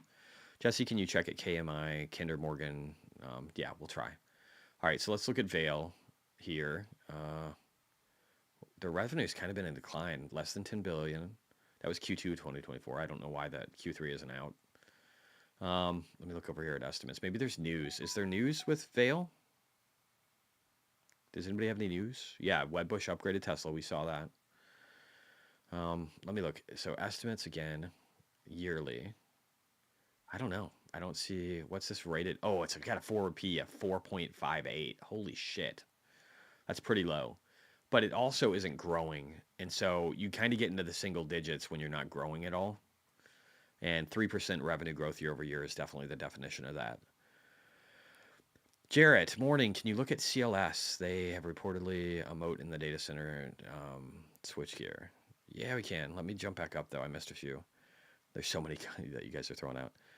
We had briefly looked at Workday. We looked at Vail. Vail, I don't know if there's anything good going on. But again, the PE ratio, I don't know. Commodities, I just don't think we're going to see the commodity boom that people think we are going to. So I'm not too interested in it. I can show like resistance levels and stuff if you need to see them. But all right, Symbiotic is a company that looks like it's trying to go positive on its net income. It's got revenue growth. Its cash flow isn't too bad, but last quarter kind of sucked, negative 120 million off of 503 million in revenues. System revenue, operation revenue. It looks like everything's kind of going up. Estimates are going up. Positive EPS, they're saying. Activity, I wish he'd default this to extended. I got to talk to Alejandro about that. So again, you're still seeing kind of like an overall increase in short interest, but institutional ownership's growing. You had people buying back a lot in Q1 of 2021, and then a little more selling and then buying in Q3 of 2023 and Q1 of 2024. But forward PE of 92 is rich. And so, I mean, it's kind of priced at a premium. And they had a lot of dilution over the last several years. So with it being priced at a premium and dilution, it kind of hurts. SoftBank isn't always one of the best choices in investing, and it's the number one holder. So that worries me a little bit. Yeah, I don't know what to think on this one. Symbiotic, I don't know what to think. It seems a little highly priced. Geo, at least from a financial standpoint. Assuming this is Geo Group. And let's just look down here. What do they do? Boca Raton. I like Boca Raton's beautiful. Security and protection services. We're going to look at estimates. We see a little bit of growth in the quarters ahead where they haven't had any for a long time, years. Again, I don't know how well they hit their guidance. Might have to look at that. Activity. They've been buying back their stock. That kind of makes me feel good. They say that CEOs and the C-suite, they have numerous reasons to sell. They could be personal reasons. They could be public reasons. All kinds of reasons. But to buy is usually just one. And there's a decent amount of buying here. So they seem to have confidence in the company. A lot of the indicators are looking bullish. Nobody's really talking about it. Is this the prison one? Yeah, this is the prison one. I do think the stock crept up a little bit. Forward PE is still only 19. That's interesting. Let's jump over it. This one I actually want to pull up. I think I have it too. Pretty sure you guys got me to do it. Oh, and I should do this real quickly, guys. If anybody in chat is in the Discord, can you guys do me a solid and just post a channel for these so that we can talk about them? I'm trying to do this more often. And then, again, we'll do the Geo one. We'll pull up Geo. I just want to make sure we're getting all of these into the Discord. I'm trying to get better at that. Even if I don't have the charts all fully up to date, I'd like to get a channel created, and then I can always clean it up later on. NVIDIA's up 4.5%. Wow. Wow, wow, wow. Let me save Geo. And Geo looks like it's ready to run here, too. Let me copy that link. I don't know if this one's already in there. If it is, cool. But if somebody is out there that could check, that would be amazing. Is anyone into the legacy? Okay, there's Geo. Archer, I don't have a lot of love for. What do you think of BB? I bought at $1.40. This is my top play alongside Tesla. Oh, is that what TSSI you mean? Oh, yeah, you've probably done wicked well. That's great, Kamoa. You've probably done really, really good. All right, let me see here real quick. So, Geo, here's what I like about this one. I like the fact that you're above the next fib line. And the following one is, you know what, we could actually do this. No, this is right. I mean, this is right. This is it. You could draw this a little differently, but they just had some massive downside because of the Biden presidency. They had a real low. But, yeah, I mean, it's not crazy. This thing's got a pretty reasonable PE. It wouldn't be crazy for me to see this thing go up to 98 or something here in the not-too-distant future. Oh, guys. I might have to call it. I'm getting hungry. I don't think I ate enough food today. Let's look one more time here and see how we're doing. We might check the color coding too, but let's just look. NVIDIA, up 4%, new up 3%. So that's probably the Brazilian real is actually gaining some strength against the dollar. A lot of foreign currencies are seeing that. It's weakening the dollar. It's going to be good for us. It's good for them. New, taken off. Glad to see it. ARKG up 3%. Gosh, we're going to make a bunch of money off of ARKG. I'm up about $70,000 on ARKG today, evidently. It's up. So guys, just to give you some perspective here, ignore the downside of all this pricing and just look. I want you to look at this, okay? Look at ARKG. Look at ARKG right here. So ARKG up 3% on the day. My calls up 20%. This is the shit I'm talking about. You want an asymmetric bet? I was down on this thing 30% and now I'm break even. That's an asymmetric bet. That's what I'm talking about right there, okay?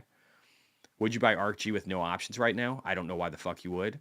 Because if you can get an 8 to 10x with options, you can put 20% of the capital, put the 80% towards something else, and have a massive asymmetric opportunity. So I don't know why you would be super into the stock right now, but there's plenty of people that will be. But I love this kind of stuff, guys. Asymmetric options are great. And I don't know if this DLO one is updated. Probably hasn't. So this is probably up to today. The options don't update really well until like 9 or 9:30 even sometimes. They just suck that way. We'll see what happens with Tesla if that drops a lot. If Mara drops, Tesla drops, I'm probably going to pick up more, and I might even sacrifice a little bit of NVIDIA or maybe SMCI to do that. Just so you guys know, I'll post my trades. If you're on X and subbed, if you're on Discord and subbed, you'll see what I'm doing. That's my oath to you. Sawyer Zeldner, NBIS up 100% in 6 months, just hit a new high. That sounds cool. We'll have to check more of those later. Christina Curley says CEO of Geo and Trump are very close. South Florida, Trump is very strong on private prisons as well. I do think it's going to do well. I agree, man. I think it's cheap. I think you can easily get a 200% on that over the next year. So it's not my kind of asymmetric bet because I'm greedy and I like more than that. But man, it might be, I don't know, it might be a decent opportunity. All right, so I think I'm done, guys. I don't know the best. I've heard Interactive Brokers is the best platform in Europe. I don't know if that's the same thing with the UK. If anybody else can throw that out, that would be great. My broker doesn't offer options in ARKG. Yeah, if you're in Europe, they probably don't. Anyway, I'm going to head out, guys. I love you. Thank you for sticking it out for an hour and 50 minutes. Let's do it again. And you guys take it easy and have a good rest of your day. Again, I'm on the Trump train. I don't think anybody should be getting off anytime soon. I think we're going to do really well in the days ahead, and I appreciate all you guys being here. If you can comment after the video, comment on X especially, it is greatly appreciated. Thank you to the 1,200 plus people that were here today. You guys have a great day.